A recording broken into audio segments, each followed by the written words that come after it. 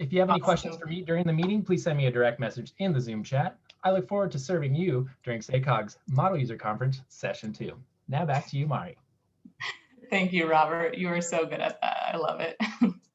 All right, so yeah, let's get started. So hello, everyone, and welcome to the 2021 SACOG Travel Demand Model User Conference. This is session 2 on SB 743 implementation and Bmt analysis. And so my name is Mari Salazar. I'm a transportation analyst on the planning team here at SACOG, and I will be moderating today's session. So first, I just want to say thank you all for joining us today. I hope many of you were able to attend this morning's sessions and will be able to attend the upcoming sessions. This is our 3rd year of doing these. And I attended my first one last year and really appreciated the discussion that came out of this conference. So obviously this year is very different as we're hosting these virtually, but I want to emphasize how important these are for us to understand your needs and questions when it comes to our travel demand model and our Vmt analysis work. And in return, we will spend our time thinking about the resources that we provide and how they can be most helpful to you all as practitioners. So this session is really based on the feedback we received from the 2020 user conference. And similar to what we did last year, we want to share updates about the work we've been doing and also hear from you to ensure that we are doing work that is useful to you. So as Bruce caveated in the first session, we of course can't do everything, but we want to make sure that the work we are able to prioritize translates into resources that are meaningful to you as our user community. So before we get started, I want to thank the SACOG team and our user conference speakers for putting this together. Also, thank you to our admin support. You've met Robert, he's amazing, so please reach out to him if you have any questions about the technical portions of this session. He'll be making sure this all runs smoothly. And then also I want to thank our presenters today. So Cameron Hsu, he's the civil engineer with the County of Sacramento, and then Bruce Griesenbeck, who is our SACOG data and analysis team manager, who you've already met and heard from in our first session. So next slide, please. So moving right along, I'm going to cover our agenda for today. So you all know what to expect for the next 2 hours. So first, we're going to do a poll just to gauge, who's here, who's in the room, what's your level of understanding of SB 743, and what's your awareness of the SACOG resources that are available. Next, I'll do a very brief introduction of SB 743.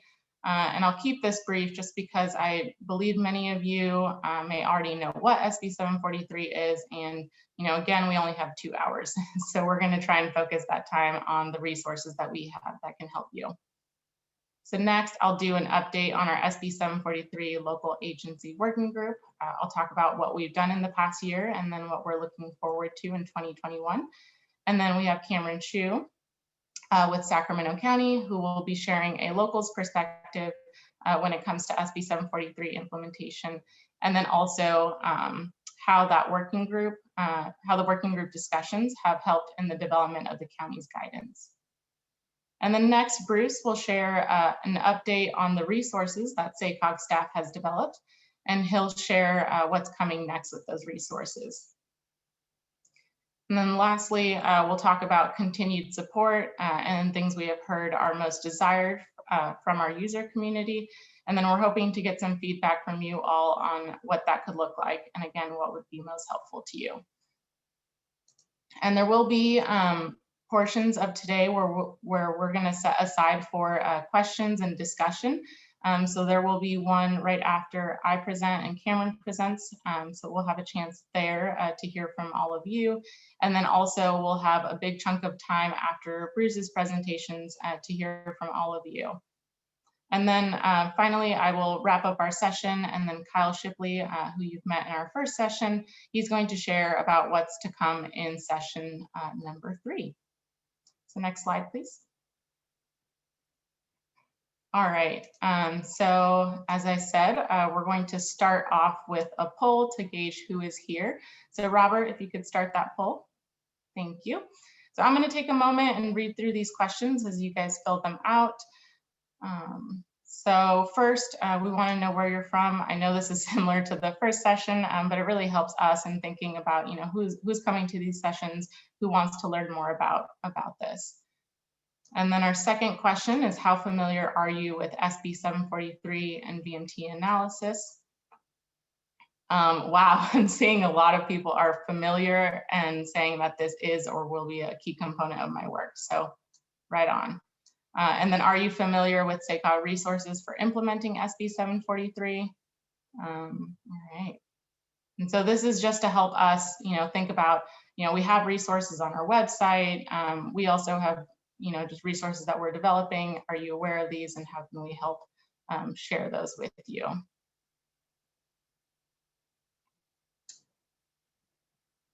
right, and we'll give a couple more seconds for folks to chime in, and then we'll share the results so you get a sense of what folks are saying.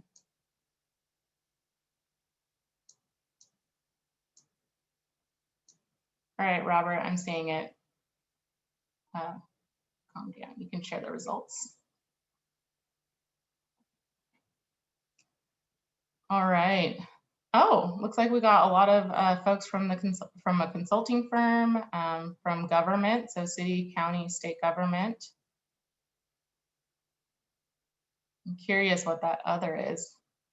Feel free to share in the chat what the other is. Okay, and then how familiar are you with SB 743 and Bmt Analysis? Okay, it stayed pretty true that most of you are pretty familiar, got somewhat familiar. Oh, a couple of you that say you know nothing about SB 743 or just know a little bit. Like I said, I am just going to brush over what SB 743 is. My email is going to be available if you want more resources or you want to chat about it. Feel free to reach out to me. And then let's see, are you familiar with SACOG resources? So it looks like majority of you have heard of it but haven't looked. Good, so you're in the right session to learn more about what those resources are and how to access those.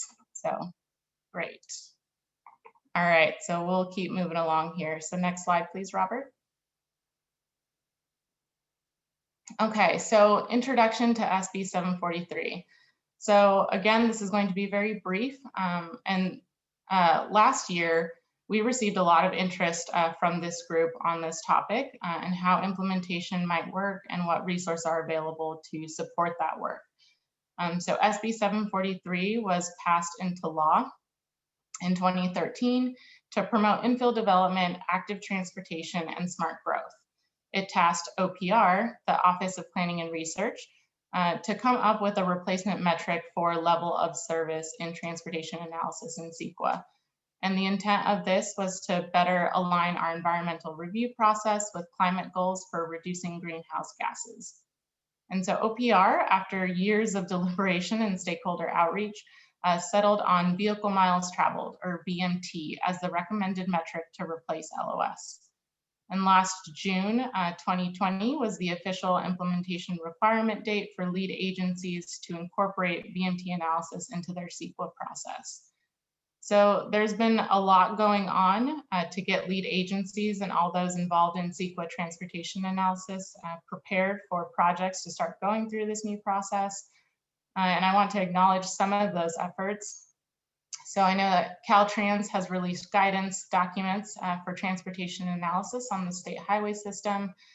There's a CAPCOA document that's being updated, and this hosts a number of mitigation measures and their relationship to reducing greenhouse gases. And then many lead agencies are developing or have developed their own guidance specific to their jurisdiction. And I am so sure that I'm missing key SB 743 and Vmt analysis activities. But again, we only have 2 hours today. So we're going to focus on SACOG related efforts and we'll keep moving with that. So next slide, please. And so now I want to share an update on our local agency working group. So this group was formed after the passing of SB 743 with the intention to provide a regional forum to discuss the transition and technical approaches to Vmt analysis. So currently we have 10 local jurisdictions and we're open to adding more. So if you're a local agency in the Sacramento region and you're interested in joining, please reach out to me. We'd love to have you.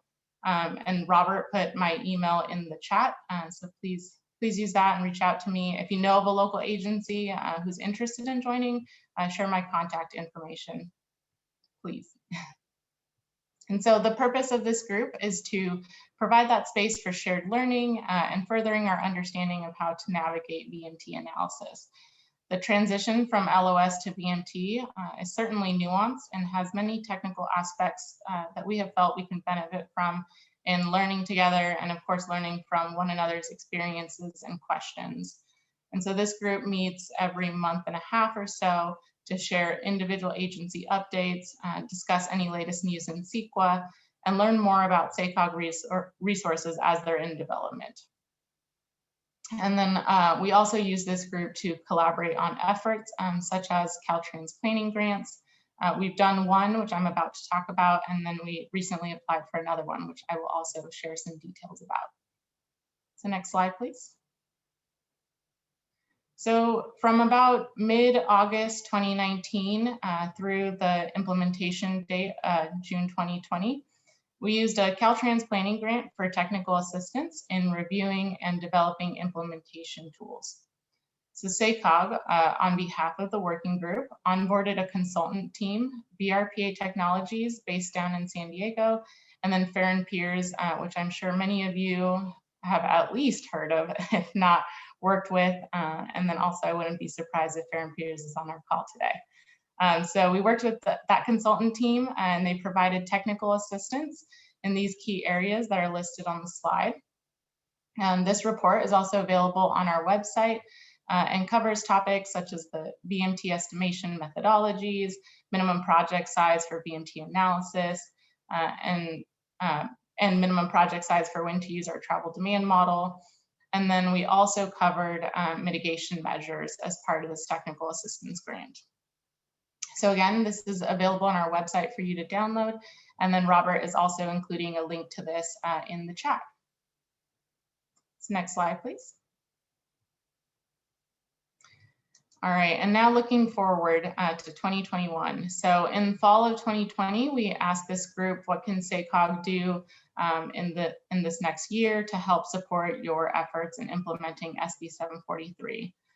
And so a common theme that we kept hearing about was how to address projects where there may not be sufficient on-site mitigation, and specifically if programmatic approaches to Vmt reduction would be applicable to the SACOG region agencies.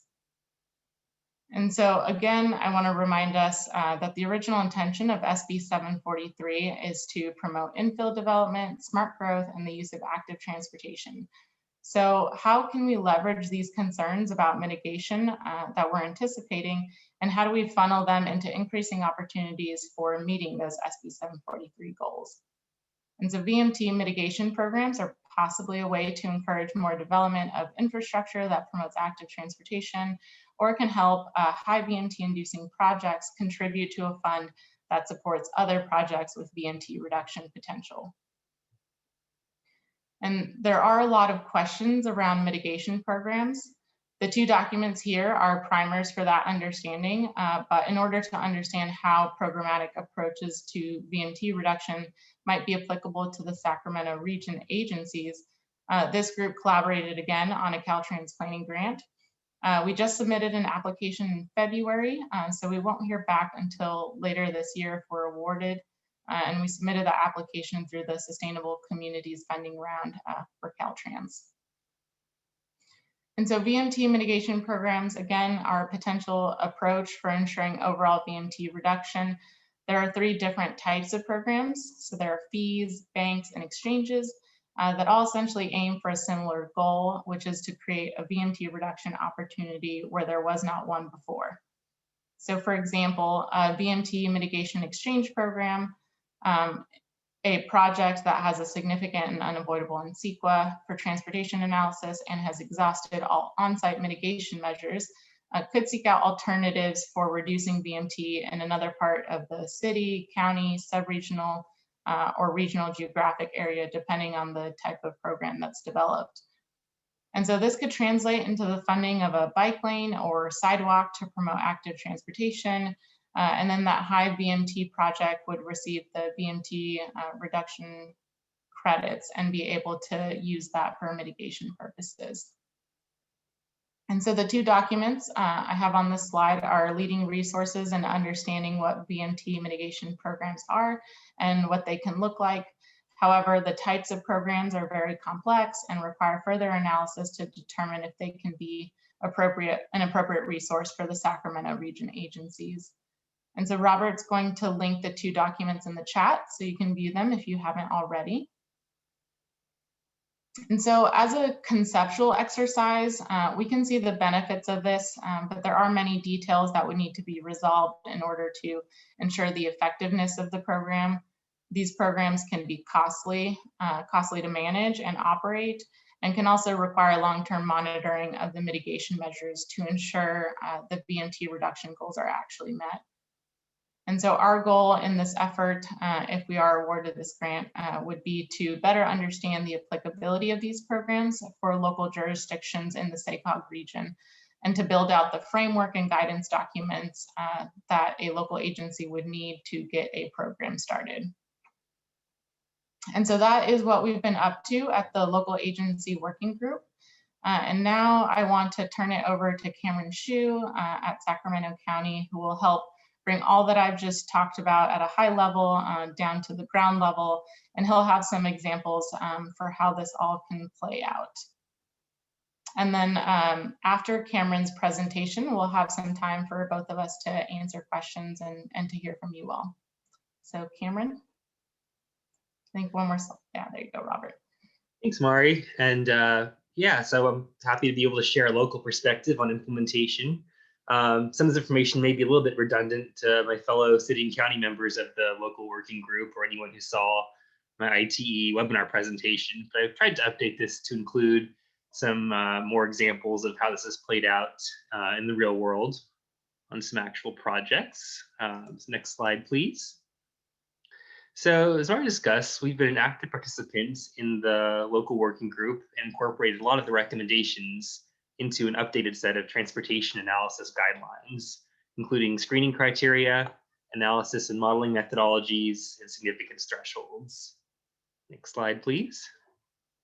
So one of the recommendations from the working group that we adopted is a screening threshold for small projects generating less than 237 daily trips. This is based on a generation of an equivalent amount of VMT as an office project of 10,000 square feet that would have a CEQA exemption. This translates to about 20 single family units or about 36 multifamily units. We also have a couple different paths available for retail. We have screening criteria based on size, which depends on whether it's an infill or greenfield setting, as well as another option to demonstrate local serving characteristics through market-based analysis. For local serving public facilities and services, we took all the uses in our zoning code and created a table clarifying which significance criteria usually applies and if it's considered local serving. We've not adopted any official screening maps yet, but we have used SACOG's maps that are available on their website on a case-by-case basis for some projects. And lastly, we have created screening criteria for transit-oriented development and affordable housing, but neither of those last two has been applied on the project yet. Next slide, please. So this just gives a few, sorry, go back a slide.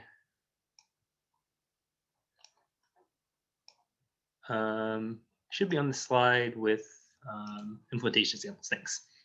So the first example on the upper left corner is a 138 unit apartment project located in a commercial area near McClellan with some existing apartments. So this allowed us to determine that the basis of the VMT calculation and SACOG's maps is pretty consistent with the type of project we're proposing. So we were able to use this map to screen out that project and say it has a presumption of less than significant impact. On the upper right is a small commercial development, which typically fall below our screening thresholds, which pretty much screen out anything neighborhood commercial and smaller. Very often, though, we do end up asking them for a focus study to address potential safety and operational issues with their access and drive-through. But your typical retail paths like this get screened out. On the bottom left is a church expansion project. We've gotten several of these and found they always have to be looked at on a case-by-case basis. In some cases, religious institutions do have a regional draw and can't necessarily be screened out. And for some expansion projects, the add additional capacity could result in additional events and services. But in this particular case, we determined the nature of the expansion was to better accommodate existing events. The increased capacity they'd be getting ended up below our 237 daily trip threshold. So luckily we didn't have to address the regional VMT issue and we're able to screen that as a small project. And then on the bottom right is an 82-bed congregate care facility. This was a use that we went back and forth on, whether it was more residential or more of a public facility or service. And given that this served the needs of an established community and most of the residents were not expected to own cars, we decided it was appropriate to screen out under the local facility criteria. Next slide, please. As Mari mentioned, we took some of the criteria regarding use of the SACSIM model from the local working group and developed our own checklist that specifies when the SACSIM model is required, which typically applies to larger projects, SPAs, or anything that needs to analyze the net regional effect of VMT. When possible, we try to avoid running the model for small to medium-sized projects just due to cost and efficiency reasons. So one approach we came up with was to start with an IT trip generation calculation, make adjustments as appropriate for internal trips, and then multiply by like an average tour length in the model for that TAZ. And from there, you could use average household size or number of employees to get down to VMT per capita or VMT per employee. We haven't actually used that exact approach on a project yet, but we did do something very similar using the model as the source of the trip generation. I'm going to go a little bit more into that example on the next slide. Okay, next slide, please. Okay, so this is a 73-unit residential project in Antelope that did not meet the screening criteria as it was above our small project threshold of 20 units for single family or 36 for multifamily. Additionally, it was not in a low VMT area based on SACOG screening maps and was not near high quality transit based on that map. But instead of going through the time-consuming process to make SACSIM land use edits, DKS worked on this one and they went into the model to see if they could pull some information from the off-the-shelf model that would support a VMT determination. So we started by looking at the mix of land uses in the TAZ and confirmed there was enough of a residential component to essentially allow existing development to be used as a surrogate or proxy for the project's expected VMT. And we found that, yes, the uses were comparable. So then they ran the numbers and found that the TAZ had a residential VMT per capita of 96% of the regional average, which would imply a significant impact since our threshold is 85%. However, this project's actually an attached housing product, so they then stratified the calculations by density and found that the medium high density residential component in that TAZ was 90% of the regional average, not 96. We also noticed that the transit routing in the model was not quite as precise as RT's route on the ground. And in reality, the project will have closer transit access than is coded in the model. Also, the project's expected to have a higher density than our typical MHDR. So after adjusting for those characteristics with CAPCOA factors, we were able to demonstrate that project would actually have a less than significant impact and get below the 85% threshold. Next slide, please. But most of our projects, unfortunately, aren't quite as have as good as an outcome as the last one. This is a pretty typical result. This is 32 units of single family detached housing in Orangevale, and unsurprisingly, they're expected to have a significant and unavoidable impact. Next slide, please. So the idea of mitigating VMT isn't actually completely new to us. For larger projects, we've long required trip reducing programs for air quality and GHG purposes. Some example services that we funded are listed.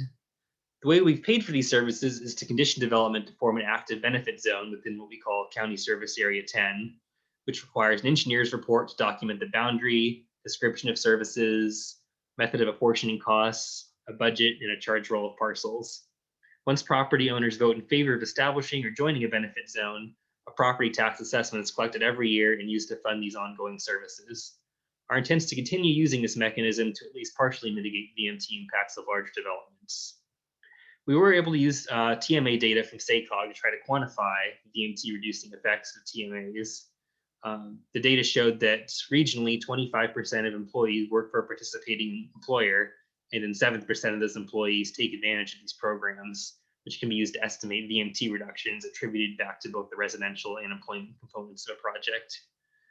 The issue with smaller projects is that it's not often financially feasible to provide TDM services on a micro scale to fully mitigate the VMT impact. So we're currently exploring our options, which may include additional benefit zones or programmatic approaches, such as VMT impact fee programs or mitigation banks. And as Mari mentioned, SACOG currently working on an effort that will hopefully result in a feasibility study for that latter approach. Next slide, please. So in addition to the previous examples of typical residential and commercial projects, I want to talk about a couple of unique projects that we worked on. The first one is one of a couple of specific plans that we're working on with Fair and Peers. So as recommended by OPR for mixed use, we're analyzing each aspect of the plan separately. So the residential and office components are subject to the respective efficiency metric. And then retail is analyzed for any VMT increase if not found to be locally serving. So for this project, we had the benefit of the applicant having prepared an urban decay analysis to analyze the effect of the project's retail in the market area. The idea is that you don't want the project to draw enough trips away from existing retail, such as would cause blight. So the analysis looked at a market area with a 6-mile radius around the project and found the project's retail space of about 30 square feet per resident was in line with the surrounding area. The study also found the existing market was in equilibrium today with positive fundamentals, with vacancy and lease rates in the appropriate range. So there is the ability to sustain new retail growth commensurate with the new household growth. The analysis looked at leakage and found that 94% of the net new sales would be from growth in the market area. And lastly, the project definition specifically defined the types of uses that were permitted in neighborhood retail and community retail, and none were found to be regionally serving. Therefore, we'll likely use this information as evidence to conclude that the retail component is local serving. The county is also updating our master plan for the Sacramento International Airport, and Kimley Horn's helping us out in this effort. SMF is expanding the number of gates as well as developing a new cargo facility. So as a regional public facility, it's subject to a 0 VMT increase threshold. And as part of a separate effort, the airport commissioned a catchment area analysis to study existing and projected leakage. So we're less than 100 miles away from Oakland, SFO, SJC, and those Bay Area airports already serve a lot of our international demand. I'm sure many people in this area have driven down to the Bay Area to catch a flight before the current health situation. But what the current analysis found was that the Sacramento region will continue to grow in population, and if we don't expand the airport, we'll leak more and more domestic trips to those Bay Area airports if we don't add additional service at SMF. So from that baseline condition, we can quantify the VMT reductions achieved by the project's added service, recapturing those leaked passengers. And from the results I've seen, it appears the project will actually result in a net VMT decrease due to, as OPR advises, not truncating analysis at a model gateway or jurisdictional boundary. Last slide, please. So in conclusion, SB 743 is not making the process any easier or cheaper for us because we have chosen to maintain our level of service thresholds. Some might say, well, that's our fault for clinging to analyzing roadway performance. But the reality is there's always going to be concerns about signal warrants, crash data, excessive traffic queuing that affects other modes, drive-throughs, gate setbacks, neighborhood traffic issues, and identifying infrastructure needs and timing. So no matter what you call it, I don't see the transportation study going away. So even though this bill was sold as streamlining, there's a lot more we have to deal with as local agencies. It's not just checking the LOS box. Some trends that we've noticed, small residential projects that previously flew under the LOS radar are now getting flagged for VMT impacts, which are difficult to impossible to mitigate absent a programmatic approach. Most of the CAP-COA mitigation measures are more tailored for reducing workplace VMT than residential. On the positive side, though, the screening criteria do work well for many projects that are able to stay below our trip thresholds or demonstrate local serving characteristics. So in general, I would characterize most commercial development as a winner. But more often than not, we're still asking for focused access and circulation studies. As transportation engineers, we're used to working with counts, manuals, models, and capacity software. Moving to VMT requires some different considerations. Data sources like market studies, urban decay, or big data platforms are additional tools that can be used to assess VMT and may be more informative than models in some cases. Also, unusual projects or nuanced characteristics of common project types often require case-by-case review and application of engineering judgment. Lastly, a few things that we're still thinking about are how to handle VMT for some unique projects like event centers. We have one project that 25 days out of the month, they may be unused, and then you could have a wedding, a high school prom, a business meeting, or a concert. So how do you define that time period of analysis to analyze that VMT? Also for cumulative analysis, OPR says if you have no baseline impact, it can generally be presumed you won't have a cumulative impact. But we're still going to be running cumulative models for air quality noise analysis. So should we still analyze VMT for that baseline impact? Also for transportation projects, should those be evaluated based on consistency with the general plan or compared to what's out there today? And then lastly, Caltrans has put out some interim safety practitioners guidance. And there's a few things that we're kind of wrestling with related to on-ramp queuing or queue spillbacks, and they spill back onto the main line, which were previously considered safety impacts. But the new guidance would suggest that if it's already an existing deficiency, that may not be an impact. So just how we make that determination. And that's all I have. Awesome. Thank you so much, Cameron. I hope that gave you all kind of a sense of how this actually plays out. And so now we're going to open it up for questions and discussion. And Don, I see you have your hand raised. Yes, thank you. So Cameron, the county's urban decay analysis showed that the new retail that's associated with this development, nearly all the trips would be associated with the houses that are being built simultaneously. This seems to be pretty much the opposite of what some of the SB 743 guidance has suggested, which is that new retail development is simply redirecting existing trips. So the OPR guidance, for example, says the working assumption is for retail, they reduce trip lengths because people are going to a shorter, to a closer retail destination. It's a substitute for a trip that would have taken place otherwise.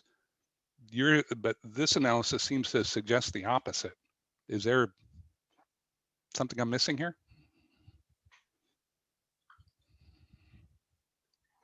So, sorry, can you explain that one more time? Okay. So if you look at the guidance for the SB 743 guidance on retail, it says the general assumption is that new retail does not generate new trips. It's redirecting trips that would have happened anyway. So there are never new trips, even though the population's increasing. I've never been comfortable with that assumption. And your thing is your analysis, which makes plenty of sense, that they're building a certain number of rooftops, they're building retail to service those rooftops. Those appear to be all new trips. And so every VMT associated with those stores appear to be new VMT, not a redirection of old VMT. So there seems to be some inconsistency between what's the working assumption in a lot of the SB 743 studies are and what your analysis is showing. I think a lot of the OPR stuff, I mean, they're also focused on local serving being like less than 50,000 square feet of retail. We're talking these large plan areas that could have millions of square feet of retail. So obviously that criteria wouldn't apply to those. I could see the argument that for a smaller retail development that's recapturing some existing trips, that would make sense. But for our larger plan areas, I think our bigger concern is just making sure that we're right sizing the amount of retail for the plan area. And we have done some model runs that have showed that if we develop this plan area and then suddenly delete out all of the retail inside it, the VMT regionally does actually go up because those residents have to go elsewhere for their trips. Yeah, there is a chicken and egg thing. If you built the houses without the retail and then we're doing an evaluation of the retail as a separate thing, then it would look like they are reducing trips that would have otherwise taken place. But it just seems that there's an inconsistency here. Yeah, I'm not sure there is an inconsistency, Don. I think it really does get based on whether you're assuming that you're trying to serve new housing growth, and then it really comes down to does the housing growth that you're proposing and analyzing for VMT in a larger project combined with the retail meet the threshold or not. So like if you do models do allow you to do that mental experiment of, if you build all the houses and no retail, people are going to go somewhere for shopping and all that stuff, and include the retail. It should, as long as you're not overbalancing, as Cameron's as the Sac County guidance is, I think, intended to do, you should be able to make that claim sort of in the future, but it really comes down to whether you're serving the growth or not. And yeah, we've done some test model runs to look at that and found that indeed it does increase BMT for our plan areas when you take out that retail. Okay. Yeah, I would just like to reiterate what Cameron and Bruce just said. So Don, I think at the end of the day, it comes down to the same thing. If we were building without the retail, those houses would have gone somewhere to do their non-work-based trips. So once you add those retail to the project site, they kind of reduce the trip length and then internalize a lot of the project trips. Yeah, that's been my experience. Generally, when somebody builds retail, it's because they feel like there's some sort of an unserved market. And so, you know, there may be an assumption, but it's just that the way that the thing is written, it makes it sound like new trips don't exist. Like there's some fixed control total. And obviously there isn't. Population grows. If you have 50% more houses, you're going to have approximately 50% more shopping trips and things. And I'm not sure how that gets built into the redirection assumption. Yeah, and the guidance is the guidance right now, and it's fantastic that OPR put the level of effort that they put into getting guidance that does establish some ground rules for like people approaching implementation. But now we've got thousands of lead agencies doing their implementation, and they're all interpreting that guidance. And I do hope that over time the guidance evolves too. Now that's more complicated to do than it is to say, but over time, you know, the guidance ends up becoming less influential than stuff like case law and practice in terms of establishing what the rules of the road are for doing this. Yeah, and it's early days. It's early days. Yeah. There have been a couple lawsuits though, so eventually the case law will evolve. I know. I don't want my clients to be the case study. All right. Thank you, Don, for that question. Let's see. I think, David, I saw you come off mute. Did you have a comment you wanted to share? Well, it was really just what everyone else was saying, that, you know, it's kind of the difference when Don's bringing up the concept of, you know, does the regional serving, or is a smaller commercial project alone regional serving, or providing for unmet needs. I just think it's kind of an apples and oranges comparison to when you're looking at a project like the one Cameron's talking about, where you are adding as much housing as you are retail and commercial. So I struggle to see the connection between the two, because one is, you know, like Bruce is saying, you can split them out and test them independently, but because the specific plan that was being studied is you know, true mixed use and theoretically a jobs housing balance, that you're, you know, the results should reflect that, and the hope is that the model does reflect that.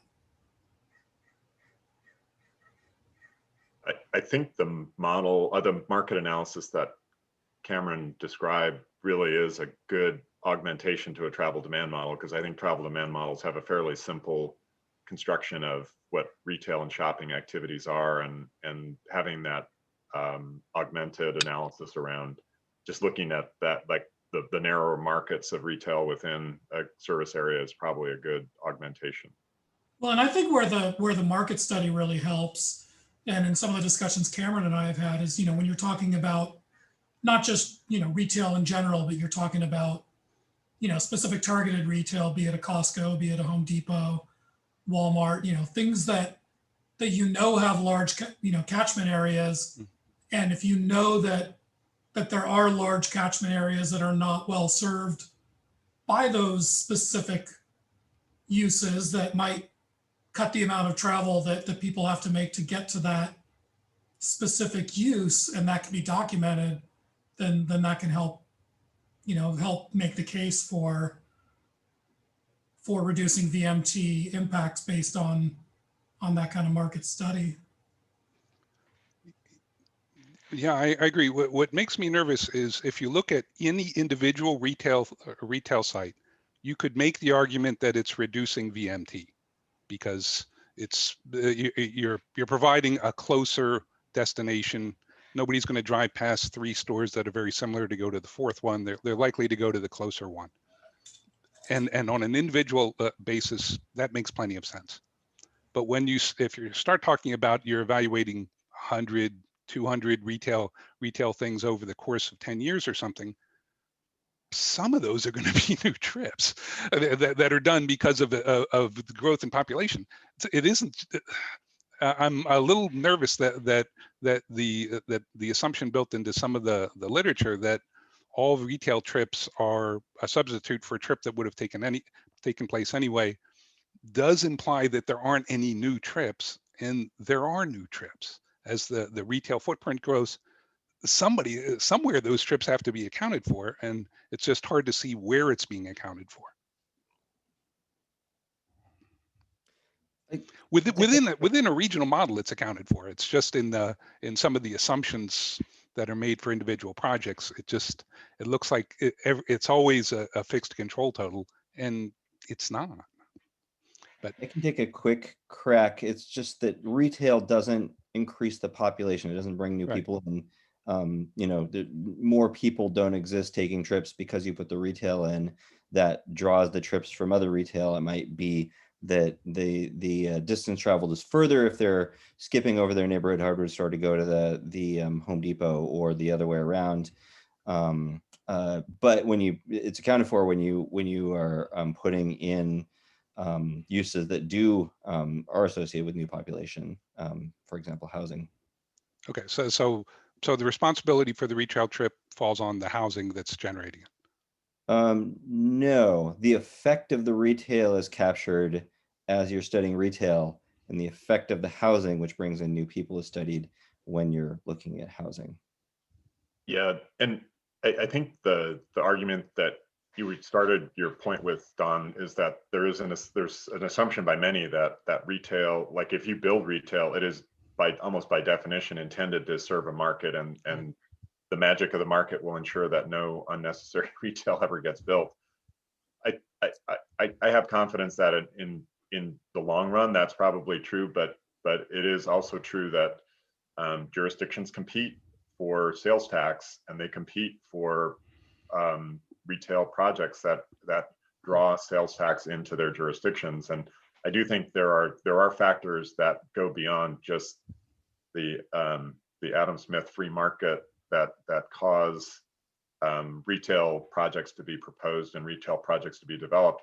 And I do think that's where something that looks at balancing of retail, whether it's square footage or employees to population or dwelling units or rooftops, and looking, like Dave Tokarski mentioned, at some of the submarkets within as part of a market study is a good augmentation to just the modeling analysis. And I'm just arguing that all that the fiscal aspects of retail and the competitive aspects of retail, I'm not saying that's overall a bad thing. It's just if you want to do an honest VMT analysis, you have to be mindful that can happen, and it's possible that a retail project gets proposed in a location that, if you just look at the numbers of square footage, it should be fine, but the existing retail isn't serving the market as well as some competitor thinks that it will. And those factors do have to get somehow brought into the VMT analysis, even if on an economic basis or a social basis, it's all good. Thanks, Bruce. Andrita, did you want to share something? I just wanted to add, Don, I understand why you're saying that there would be new trips. Like, for example, there is an IKEA 15 minutes away from my home, so I probably go to IKEA every 2 months. But if I didn't have any like in 50 miles, I probably wouldn't go, you know? So so that's why when we're doing the analysis, we are trying to see if the retail proposed with the projects are local serving or not. So if our analysis shows that the retail is big enough that it is attracting trips from all over the places that wouldn't have occurred, it is a little bit harder to analyze those if you don't have like the exact project description or if with the model itself. But with the general retail that we have seen proposed with the projects that we have analyzed so far, they have mostly been for the purpose of serving the local community and also the new housing that's being built within that community, if that makes sense. Sure. So certainly if you're building housing and retail together as a package, it makes a lot more sense that you can do the balancing, and that's what smart growth is all about. All right, this has been great discussion so far. I'll give us another maybe minute or two if there are any additional questions or comments. Thank you all for being so engaged. I really appreciate it. I love that that's a little bit of a flavor of what we had at our last user conference. Okay, I'm not seeing any additional questions. So we can move right along, and then we'll have another question and discussion portion after Bruce's presentation. So Bruce.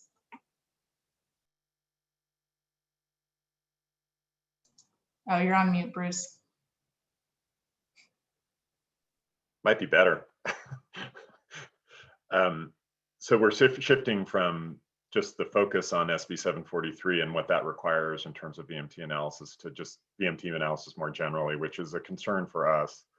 And we do think it's a foundational piece for being able to do things like SB 743 implementation. So that's more what I'm sort of transitioning us back to a little bit of how does Vmt interact with our travel model and that aspect of it. 3 parts. I'm gonna talk a little bit about what we've done since the last user conference, and then there's a spotlight on a couple of the things that we've done that make sure there's awareness of in terms of resources that are available for people on Vmt, and then there's a relatively extensive discussion of big data and Vmt and some of the potential that big data has for augmenting what we can do with our travel demand models and what we're trying to stay mindful of in terms of just overall data and analysis needs and not just travel models. So next slide. So this is some of the stuff that we heard at the last user conference that we feel like we did a good job of following up on. We did post a Vmt per capita map. The asterisk are stuff that's available on the modeling web page, and I encourage you to just seek that out. It's easy to find on our website. Just go to the tools and data part and you'll see the travel demand model stuff, and there's some SB 740. There's multiple ways to get into it. But yeah, we posted the Vmt per capita map. Cameron mentioned using it as kind of a placeholder until they get their own, how they're gonna navigate that, the green zone or the screening map approach for the county. And then we also, there's some change on the guidance or statute on what a transit priority area really is for SB 743, and it was sort of expanded to include BRT, and there's other changes to that. We've done what we can to kind of get the necessary information from our transit operators, update that map and post it on our open data portal. So actually the asterisk is the open data portal, sorry. The double asterisk is just stuff that's available on our travel modeling web page. Anyway, so transit priority area map that's current to the current state guidance. And then methodology to account for external Vmt. We've used our big data for transportation planning pilot and the replica platform to take a first cut and a pretty rigorous cut at how do we account for the VMT that occurs outside of our modeling area, but from trips that have something to do with our modeling area. So trips that either begin or end or travel through our region, and it's accounting for the VMT from the gateway to whatever the final destination is.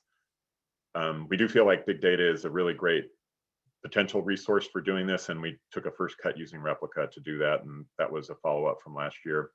And there's actually 2 versions of the screening map, one that includes that and one that doesn't. So there's lots of options for sure. And then we did work with our air districts to update Cali Mod for average trip lengths. And there's a bigger update of Cali Mod and CapCoA that are somewhat related that's ongoing this year. So those are things that we talked about and came out of the conversation on SB 743 that we did actually follow up since last user conference. So go ahead to the next slide. So there were a bunch of things that came up. I think people on SB 743 felt very needy last year, for sure. There was a lot being demanded of models and VMT, and people were at a state of just awareness of this just because the looming July 1st, 2020 implementation deadline. So just a ton of things were asked. There was an ask for streamlining of SACSIM parcel and population file generation. And we've made some progress on that. And Kyle will be talking about that and session 5, there you go, it's right there, session 5. There is no easy button for doing the parcel and population files as yet, and there won't be at the end of this year, just because we're operating, just like a lot of you, with a little bit constraint on our ability to contract out work. And we do feel like that's going to be necessary to get to anything like a user interface or basically what I'm summarizing as the easy button for creating parcel and population files. But we did clean up the documentation and clean up some of the processing and some of the necessary input files, and hopefully that will make it easier. We know it's not as much as what people wanted and asked for last year. The other 3 things that came up as asks last year from the user conference, one of them was, is there any way to move from a 4-year update cycle on the base year, like the detailed population parcel files and networks, to something more frequent than that? And there's just, it's without more staffing, it's almost a non-starter. We do have some thoughts that relate to big data, and I'm going to come back to that later for what to do on the interim years. And we have some asks on preferences on that. There was a request or a statement of desire to have kind of a simple project VMT spreadsheet. We did not do that, but it feels like many others are, and no progress in terms of our part of it. We do feel like we have a big role in providing some of the foundational data that others are going to end up using for VMT spreadsheets. And some of that is like our VMT per capita map is part of some of those spreadsheets. There's some available resources through the model output files that we are working on and have worked on, and hopefully there's some support there that people can get from us, but we're not working on a spreadsheet ourselves and haven't this last year.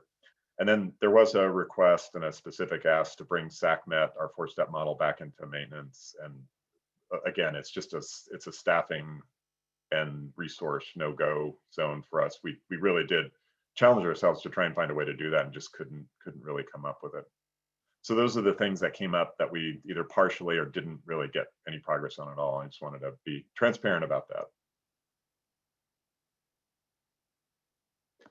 Give just a pause here for a second. So on VMT per capita maps, the maps were generated from tour-based household generated VMT, and it sort of conforms with OPR guidance. We did a worker VMT per job map. That map, as came up in the conversation last year, is a pretty chaotic map. We didn't see a way of, we just think that's the way it actually is. And then we have versions posted with and without external VMT. It's all downloadable. You know, there's the colored maps that we put up that sort of have break VMT into categories, but the underlying values of VMT are there for anybody who wants to create their own thresholds. And it's totally possible to calculate your own VMT per capita for different geographies, combining hexes, all that stuff, and splitting out the external VMT from the internal, just so that you can, if you've relied on a prior version, you have access to that kind of thing. We did feel like we responded to the no truncation for the external VMT, so that was all good. Next slide. This is just a screenshot of what's available downloadable from our open data portal. That's what ODP stands for. It fits on the slide better without spelling it all out, but ODP is our open data portal. Jeannie Hong and her team have done a really good job of maintaining access to that. And on the left is the version without the external VMT, the right is the version with. Not a lot of difference when you get into the middle of the region. As you get closer and closer to the edge of the region, there's a little bit of daylight between the two maps, but mostly that it doesn't change it all that much. So anyway, next slide. So the other topic I wanted to talk to you about today was big data and VMT, and starting from just the recognition that this has been a crazy year for all sorts of reasons, but one of the parts that was really interesting and dramatic about this year was how travel changed during the course of the year. And I've said it at the opening, I've never seen a year more dramatic than this in terms of travel, for sure. And it's a reminder that things change. You know, it's an uncertain world. There's a lot of uncertainties that related to climate and the economy that probably make us more. I tend to expect that it's going to be a little bit spikier in the future than it has been in the past. And it does emphasize that we really need more currency on our ability to see what's going on in our world. And big data is a partial answer to that. A good example is the published VMT data that's available for us to use through HPMS and Caltrans public road reports. I think they're coming up to reporting out on 2019, and I can't tell you how little interest people are in 2019 now. They're really interested in what's going on like last week and last month. So just that currency is really becoming much more of a value for people and much more of a need for people in terms of understanding what's going on. There's been, and this is really credit to some of the service providers and the companies out there that, and admittedly, there's a commercial side to this, but at the beginning of the COVID period, you know, the pandemic and the shelter-in-place orders and all that, both Google and Streetlight Data provided some access to free or free-to-user tracking data for VMT and travel. We dived into that for sure. And then we had an ongoing pilot test that we launched well before the pandemic. And right in the middle of our pilot test, the pandemic happens, and it just provided us a great kind of crucible for looking at our platform for sure. So all that stuff happened this year, and it really did emphasize the value of big data. Next slide. I'm going to give just a little bit of a dive into this. And this is my understanding of these resources at this point in time. I can tell you that the trajectory of development of all the platforms and all the services and all the potential for accessing data through these is changing quite rapidly. It's a very quickly evolving marketplace. So what I'm describing here was my state of knowledge of what the VMT monitor data available through the Streetlight portal was when we actually used it. And it was partnership between Streetlight and Cubic. Cubic is just one of the big telco data, device data, passive location data, you know, all the devices that come about location of where your device is at any point in time.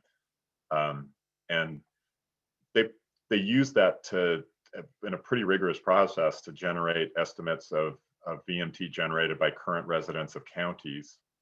And they reported it aggregated by county. They had a baseline period of just kind of the January before COVID, and then tracked device usage through time from that point on, using their model for using the raw data and expanding that up to a full estimate of travel for each for residents in each county. We were really hugely appreciative that Streetlight provided this at no cost to us. And we definitely used it very heavily. And the next slide, go ahead. Next slide just shows one of the things that we did with it. There was a strong interest in our board to understand what's going on with travel in our region through the COVID period.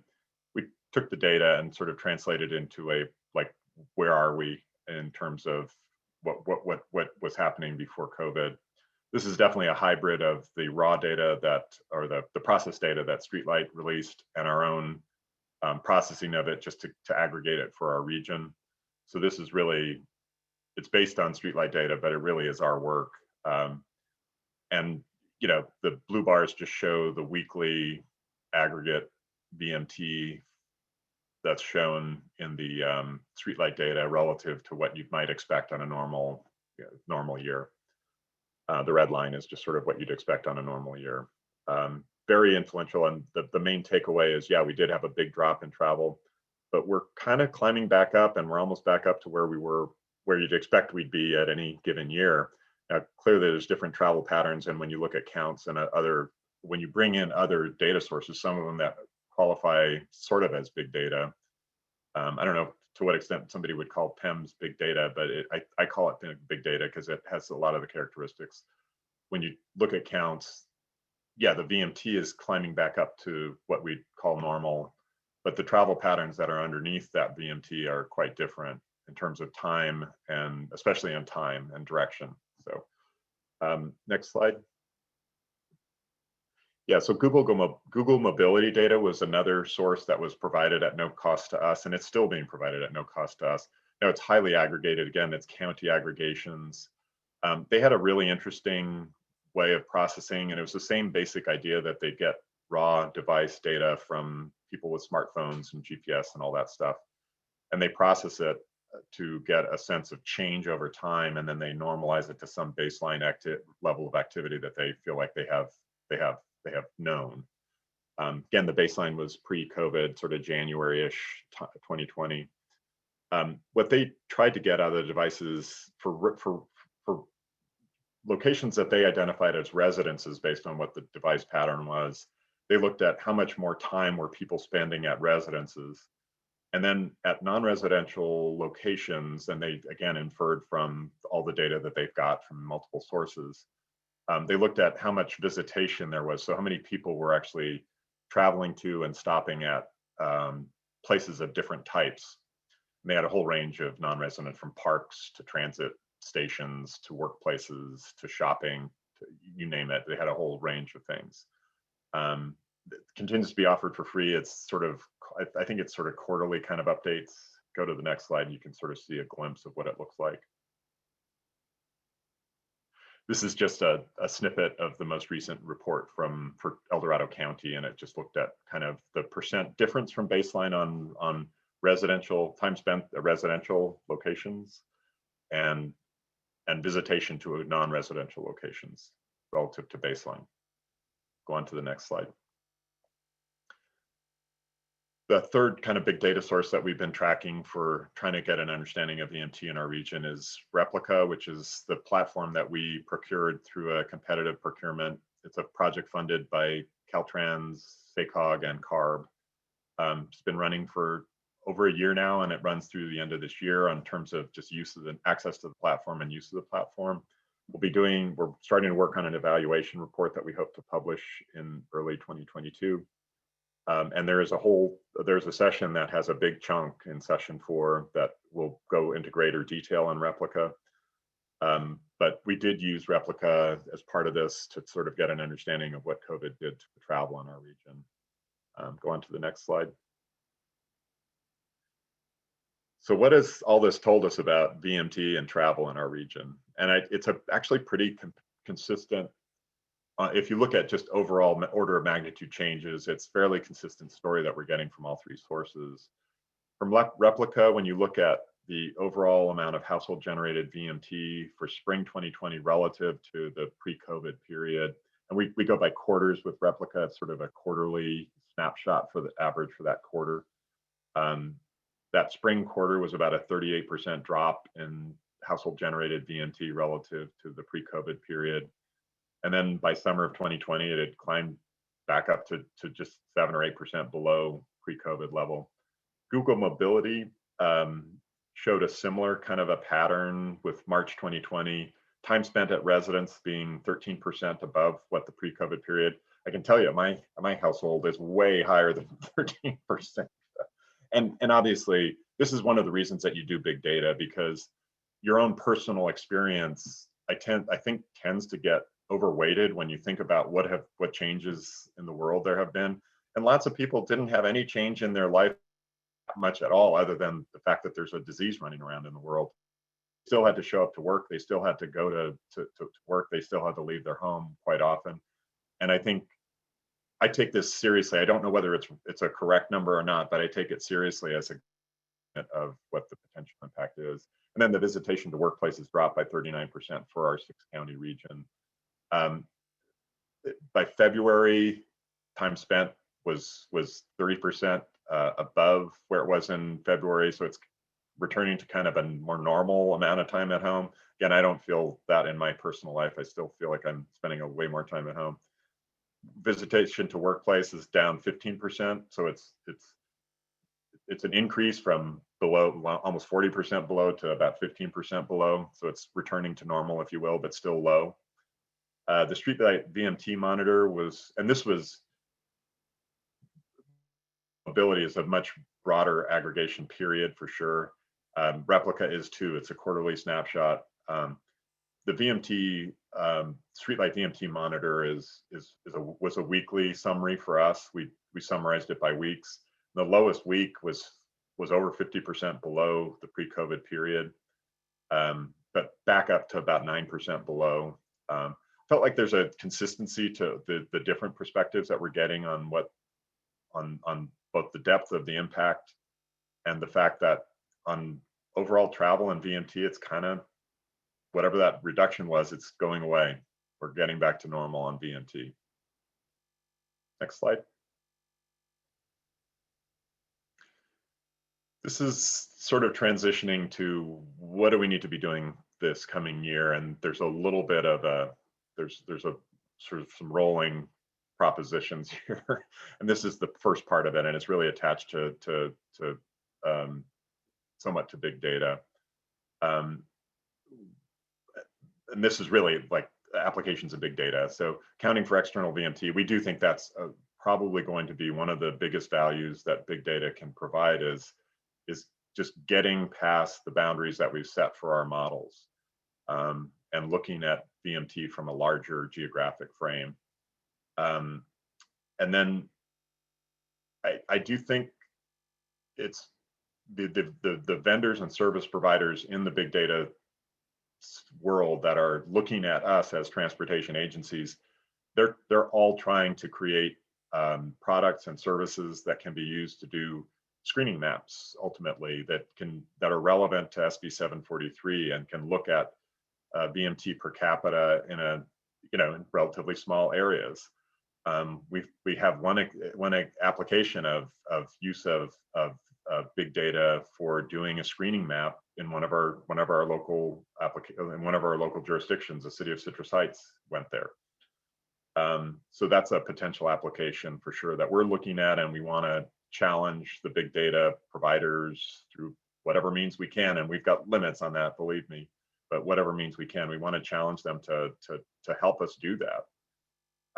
And then baseline updates is the other area. We got a lot of impact that 4-year baseline updates is really too infrequent to be useful for CEQA, for a lot of CEQA applications. I just think there may be a way to sort of combine some of that sort of bigger 4-year cycle updates with big data that's where you aggregate a little over time, but get the ability to say how different was 2017 than 2016 or 2021 was from 2020, and take account of some of the real-time changes to VMT that affect the base. And I do think that will be one of the lurking issues in SB 743, is that the guidance itself talked a lot about thresholds, but it didn't really talk that much about baseline and the fact that VMT can change from one year to the next. And if we all succeed and we get VMT to actually go down, ultimately that 15% threshold should reduce, right? If we're actually reducing overall VMT and succeeding at what we tried to do, that 15% should drop. Anyway, I think there's a potential role for big data to do those kind of assessment of baselines and more real current changes. And then finally, mitigation monitoring is the other area where potentially big data could be used to, say you have a program, a VMT reduction program like the one that the local agency working group is going to be diving into, hopefully with both feet this year. I'm knocking wood that we get a Caltrans grant on that. How you mitigate VMT, or how you monitor the mitigations that you've paid for, is a really big question. It's so much easier to go out and count, do a traffic count, and do a level of service assessment. You can do that as many times as you want and at very low cost. To do the same thing with a VMT is very, very difficult because it's hard to follow people around. Big data is kind of one way that you could potentially emulate that, and it's worth exploring.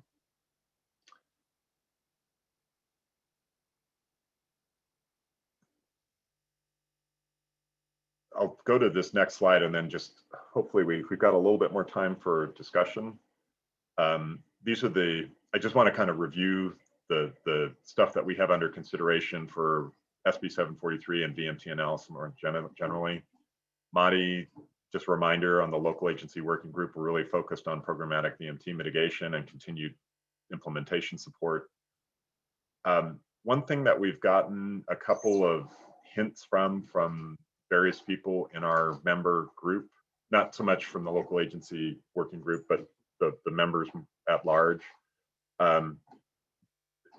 They appreciate the VMT maps, but is now the time to look at providing at least some thoughts on guidance about how to take the map and apply it and develop either a threshold or a set of screening criteria. And would that be a helpful thing to augment the access to the maps?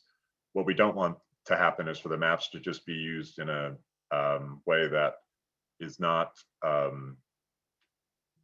misused, if you basically, for whatever that means, and then ruin the maps as a source for other people to use for screening, just through whatever litigation that might spring from that.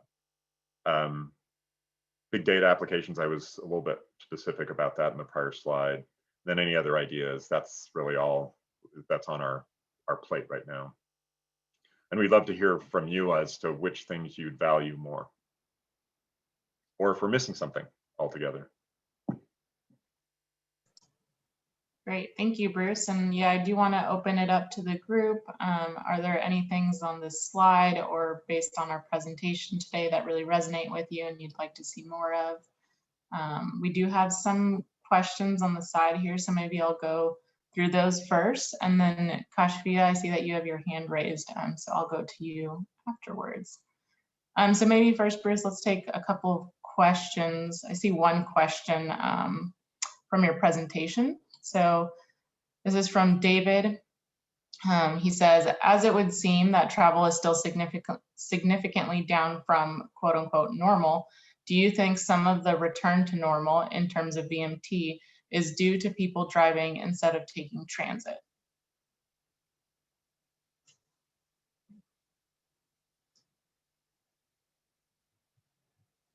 And Bruce, you're still on mute.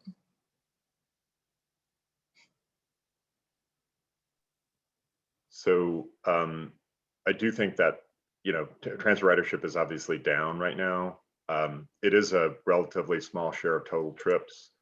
I do know that those services are extremely valuable, especially for particular like employment locations where a lot of transit services end, like commuter buses to downtown and light rail to downtown.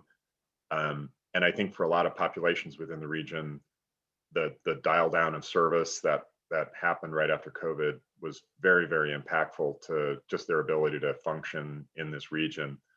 But I don't think that the reduction in VMT that we're seeing right now, the transit ridership being down is a small part of that, but I don't think it's the lion's share of it by any means. I think there's just people's activities have changed in ways that we don't totally fully understand right now, David.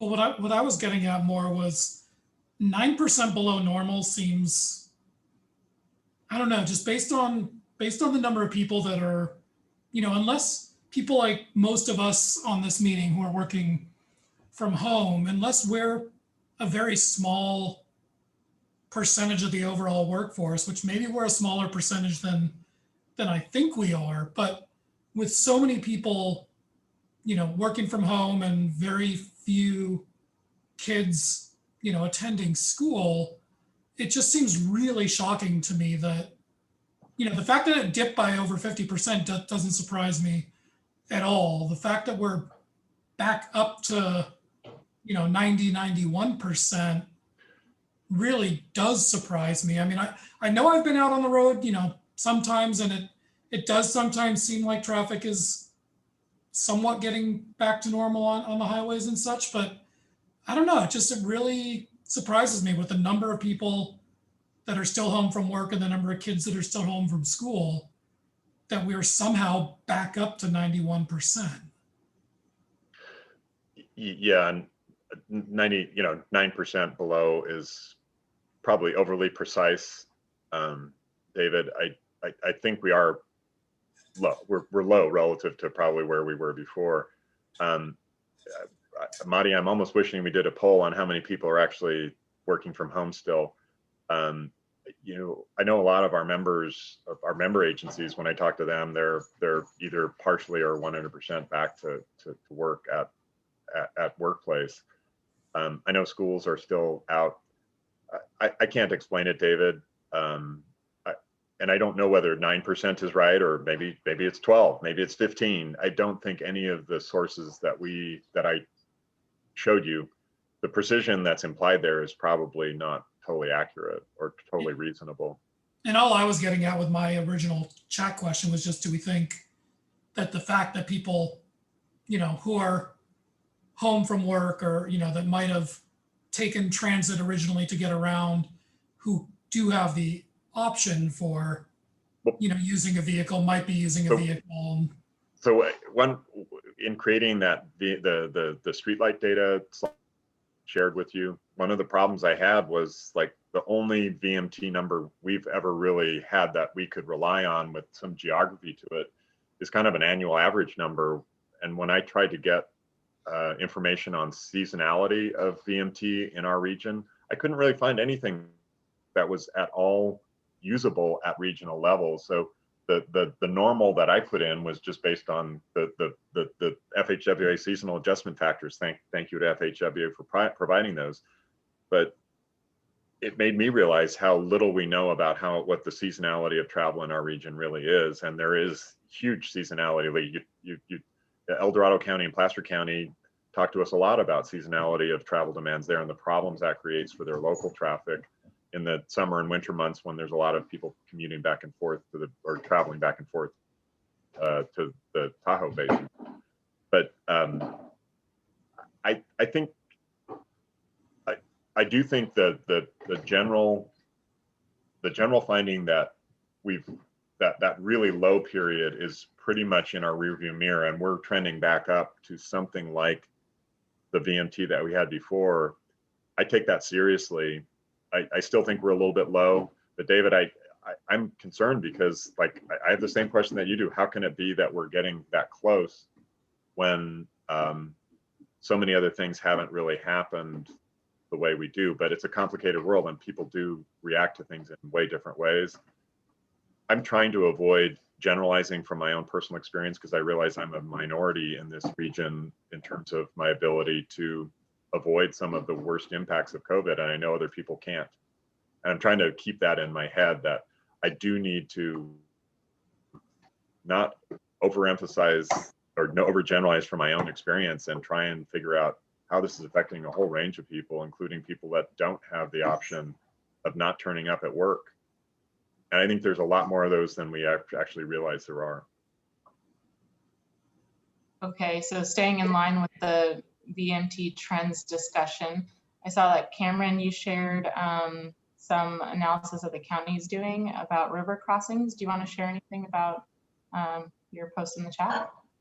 Oh, I thought I uploaded a file. Maybe it didn't show up. Let me see if I can re-upload It did. Mm-hmm. It did. It's TomTom. That's the one that I think Ron Milam posted some TomTom data. It uploaded, but it didn't. I think people have to download it to see You it. have to download it. So I Okay. don't know if Do you want to talk about it a little bit, Cameron? I'll try throwing it in one more time. But Do a picture in words for us, Cameron. it's basically just a graph of traffic at the Watt, Sunrise, and Hazel River crossings. And there are just arrows on the graph that show kind of different points where restrictions were added or lifted by the state.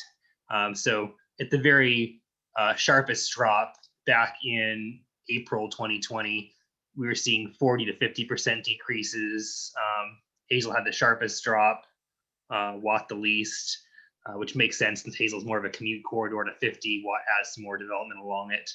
And then fast forwarding to today, Watt is down still 26%, Sunrise 23%, Hazel 28%. Actually, that was back in the end of January, so it's a month old. We might have a little bit newer data, but we're still seeing a little bit sharper decreases than 9%.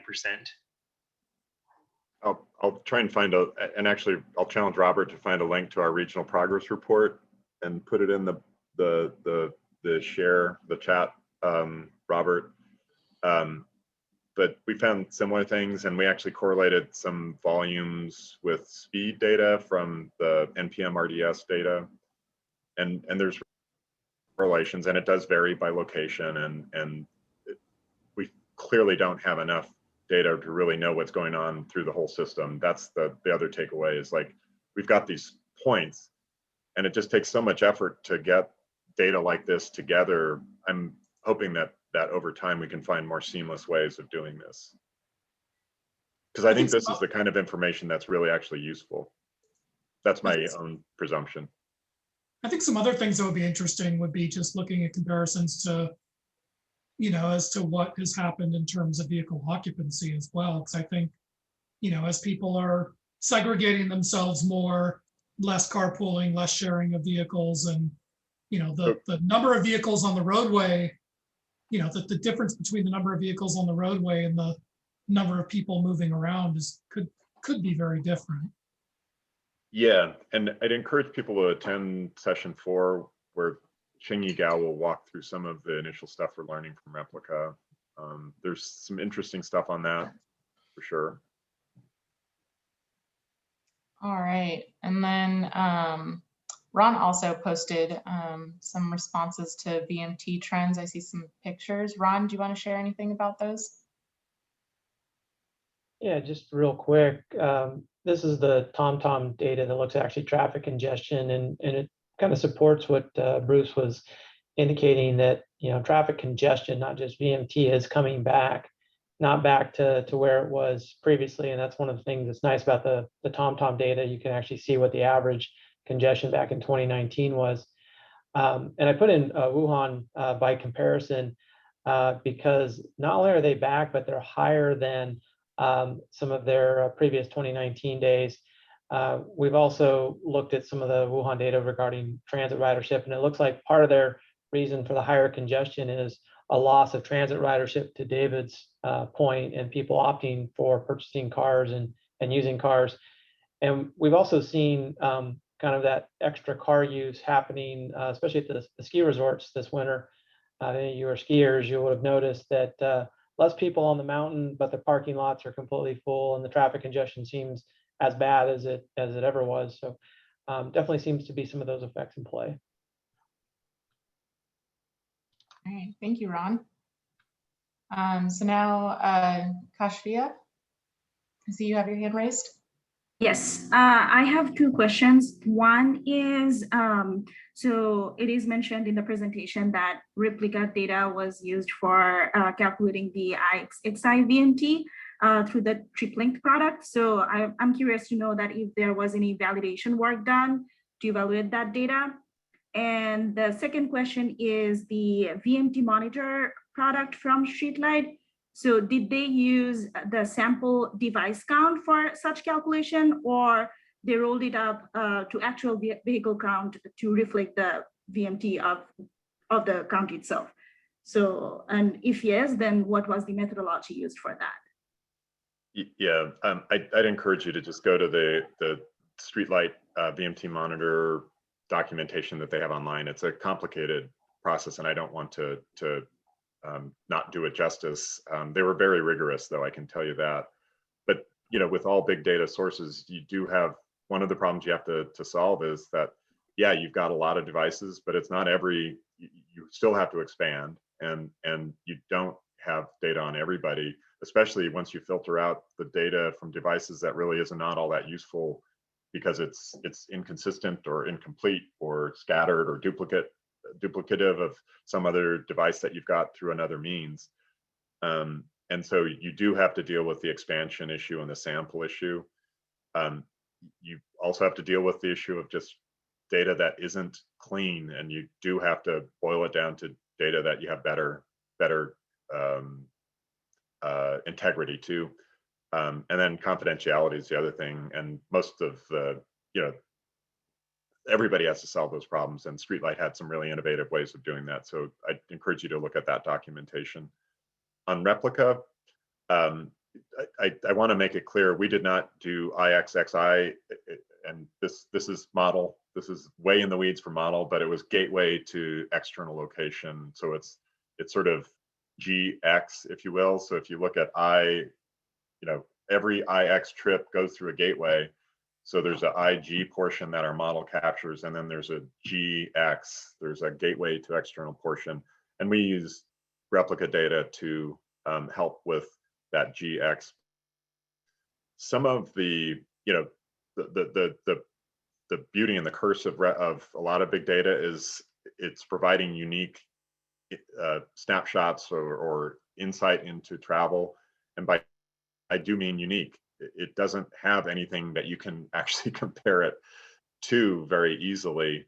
All that said, part of the process of calibrating replica is matching to like commuter flows, that kind of thing, and then traffic volumes. There's a process for including that in the calibration. So there's some calibration and validation of the overall platform, but there's not anything that we could do to say is adding 26 miles on this gateway for on average for every trip that gets the gateway a reasonable number, other than we looked at the numbers and it made sense where they were high and where they were low.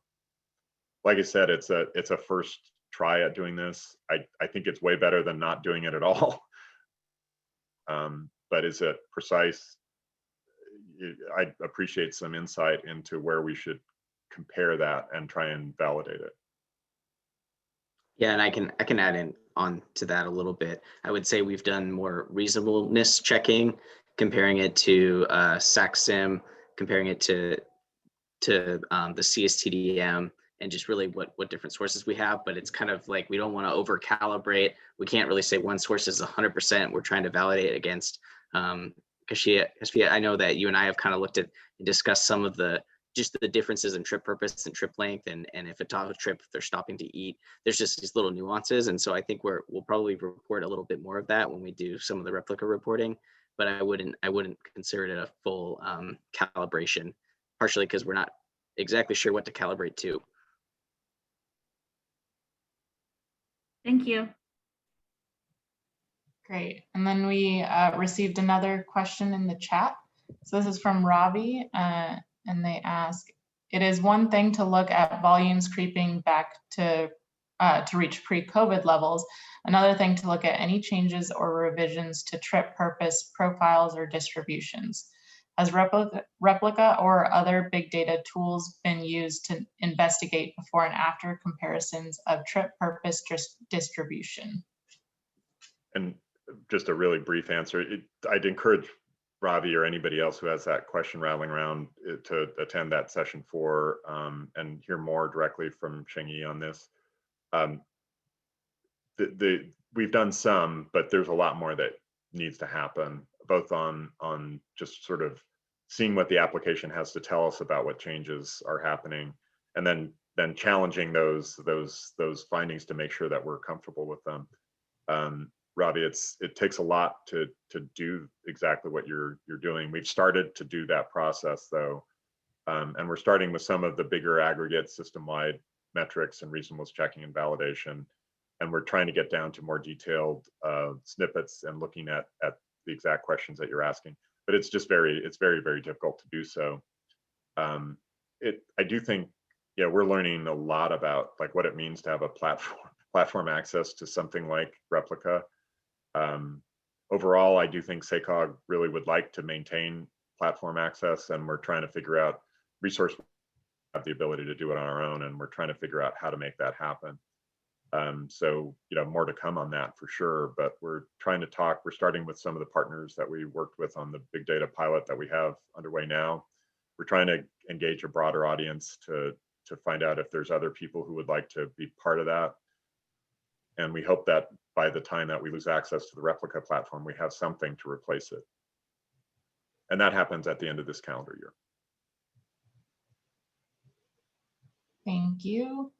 Any additional questions or comments? All right, I'm not seeing anything, so I'm going to take us back a slide, Robert. And this right here, this is really what we want to, aside from the awesome discussion, we enjoy that too. But we really want to hear from you and what can we do? Are we on the right track? Does this list resonate with you? Is this what you're looking for from SACOG in terms of support? And so we have a poll. So Robert, if you can start that poll. So this is just a complete list of the items that were on the slide. So we want to know which of the following are you most interested in for SACOG taking on in 2022. And if you have additional ideas, if they come to you later, please write down my email and follow up with me. This certainly isn't the only time we want to hear your feedback, but this is a targeted time to hear from you. You're also welcome to use the chat feature if you have other ideas and we want to discuss them here today.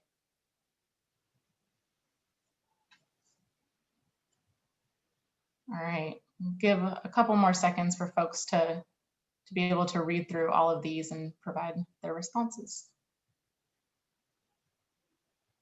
And thanks, Ron. We've got another idea. So he says to develop user-friendly version of SACSIM for local land use project, Vmt, and other analysis. So after I close the poll, we can talk about those.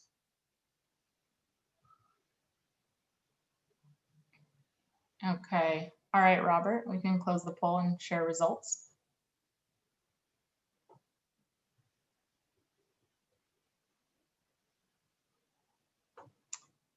All right, so we did make it multiple choice. I didn't say anything about that, but it looks like maybe some of you did select a couple of them because I'm seeing some even split here, or at least close. So it looks like majority of you are interested in options 3 and 4, which is help advance implementation of Bmt mitigation programs, and then explore use of big data for Vmt analysis or SB 743 screening. It looks like there's some really good interest too in the first two. Great, so we can close that. All right, so thank you. Does anyone want to share any comments about the list that we have here, or Ron, I don't know if you want to share anything additional about your comment. Yeah, Maria, I'll share quickly that, when it comes to trying to analyze land use projects, if they don't get screened out, then you're left with, okay, now I have to perform some type of complete analysis. And a lot of the local agency models that used to be around, have not been maintained. They've fallen out of calibration.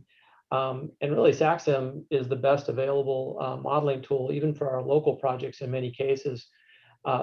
And to make a land use change in the model and to do it appropriately and accurately and to fully account for the VMT effects of a land use project is very time consuming, much more time consuming than the local agencies or the developers are typically willing to wait or to pay for. So I know Placer County has decided to develop their own model, and that was one of the main reasons.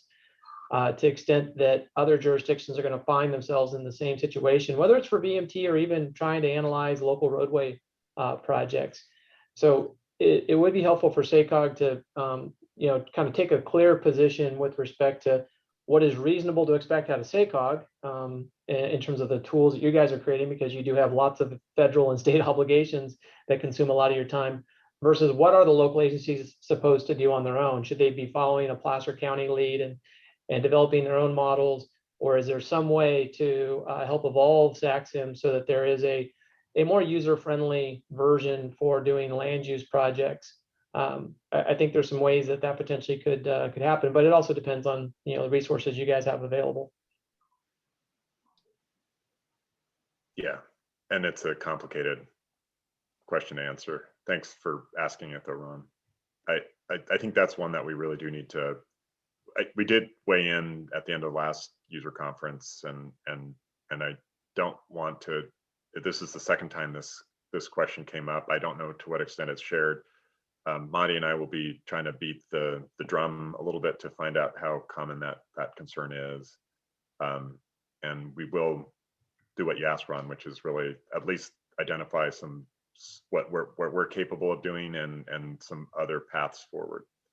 I think that was something that probably fell away from the last user conference. It's just there was a lot that happened between when the last user conference ended and today. That had nothing to do with SB 743 and modeling. There was just a lot of stuff organizationally that we had to deal with, just like probably all of you. And I think we probably took our eye off the ball a little bit on that one. Well, Bruce, I think COVID is also kind of a bit of a game changer where it really questions any of those older models in terms of their calibrations, especially those that are much older. I know. And in that SQL world where we're expected to follow baseline conditions as our starting point, it's going to be challenging over the next couple of years in particular if we don't have these models that are calibrated to baseline conditions. Lots of people are going to poke holes in our analysis in terms of those type of limitations. Right. No, and I do think, I mean, for our organization, this has nothing to do with modeling really, or it's a much bigger issue than just the stuff we're talking about. But we have a looming housing emergency. It's hard not to think of it as an emergency just with the amount of underproduction that's happened, and the implications on cost and supply of housing that has created in our region. You see it everywhere. You see signs of that problem everywhere. And anything that makes it harder for good housing projects to proceed is a concern to me as a human being who lives in this state, but it's also a massive concern to SACOG as a regional issue. It's a statewide issue as well. So we do have to find a way to make it less costly for good housing projects to proceed, for sure, as a way of like trying to make progress on those issues, for sure. One question, and I don't want to just run out the clock, but I do want to ask a really quick question. And Madi, this is just me being kind of not thinking ahead to what we should have been asking about. So I'm going to throw one additional question out to the group. One thing, our local agency working group includes a lot of really larger of our members. And when we talk to our smaller member agencies, SB 743 implementation is just not as big a it's not, there's a priority issue in terms of like they're all struggling with other things right now. And then a resource issue in just terms of their ability to marshal either staffing or consultant resources to help solve that problem.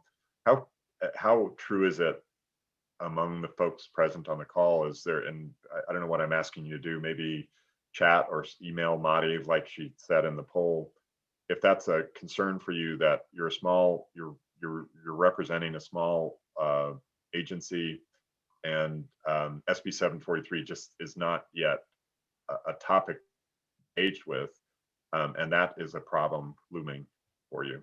I'd like to know that if we can get some feedback on that. Yeah, I would encourage folks to either share their thoughts or enter in the chat what they think.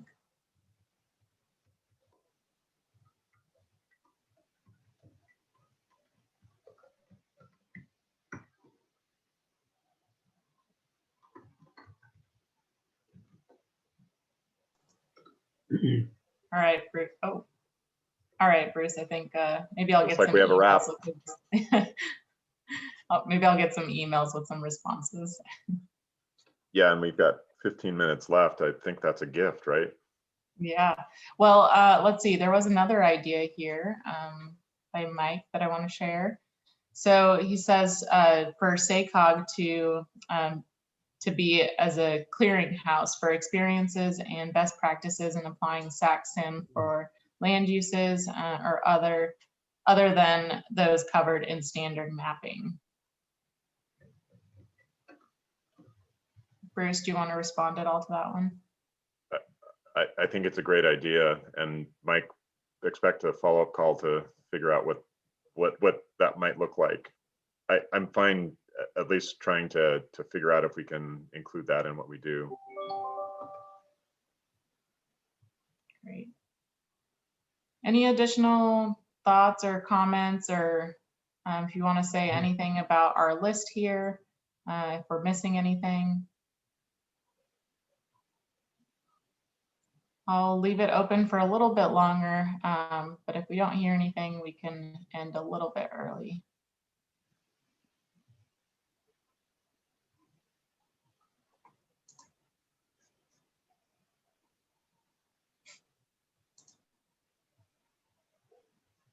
All right. Okay, well, our contact information is available, so please reach out to us. I have mine at the end of the slide. It's also been in this chat, and I can connect you with the right person if you just email me. And I just want to say thank you so much, all of you, for participating in our polls and for the engagement and the conversation. But before we say goodbye for now, I want to hand it over to Kyle to share a little bit about what's coming next in session 3. So Kyle.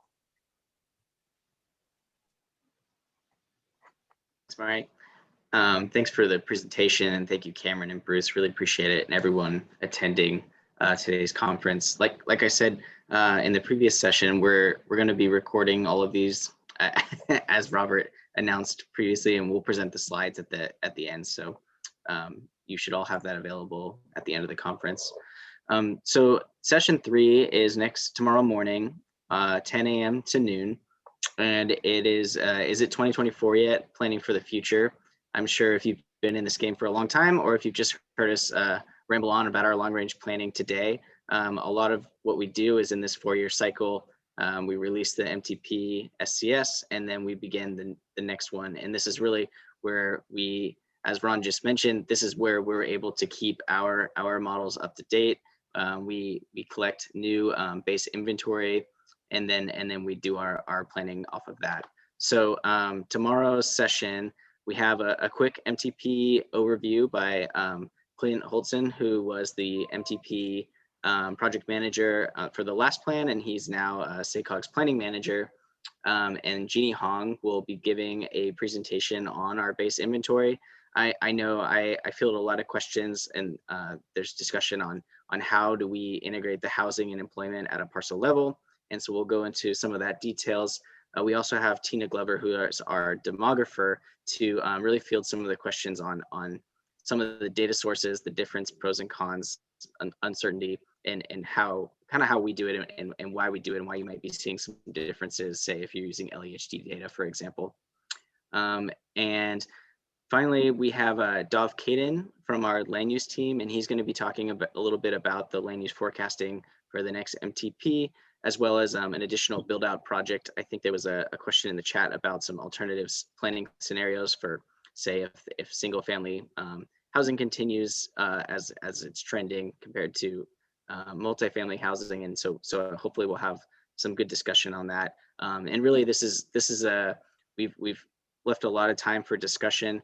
If you were at the last conference, Jennifer Hargrove, who's our land use planning manager, she really was able to provide a lot more information on how we do our land use inventory and forecasting. And so I'm really trying to bring this whole team in together to answer any questions people may have of really what goes on with our land use planning before it gets fed into SACSIM, this being a travel modeling conference. And then finally, last but not least, I'll do a presentation on really how we take that either the base year land use inventory or the forecasted land use and how we build it into SACSIM and use that for our planning and project evaluation. As part of that, we'll discuss a little bit about the additional resources that we've put on, including user guide and documentation, as well as some scripting and Excel processing spreadsheets. Like Bruce said, there's not a one button click because really transportation planning isn't that way, but we have tried to streamline some of the processes to hopefully make this a little bit easier for everybody that's practicing in updating using SACSIM for land use evaluation. Great, thank you, Kyle. Yeah. All right, so Robert, if you go to the last slide. So thank you everyone for joining us. We hope to see you in that next session that Kyle talked about, and of course the other sessions in our user conference. I again want to thank Bruce and Cameron for speaking today, and then of course Robert, our admin support, who made sure that everything did run smoothly. So thank you everyone. I really appreciate the discussion again, and here's my email. Please reach out to me if you have any follow-ups. Yeah, and hope you have a great rest of your day, and we'll see you tomorrow. Bye, everyone.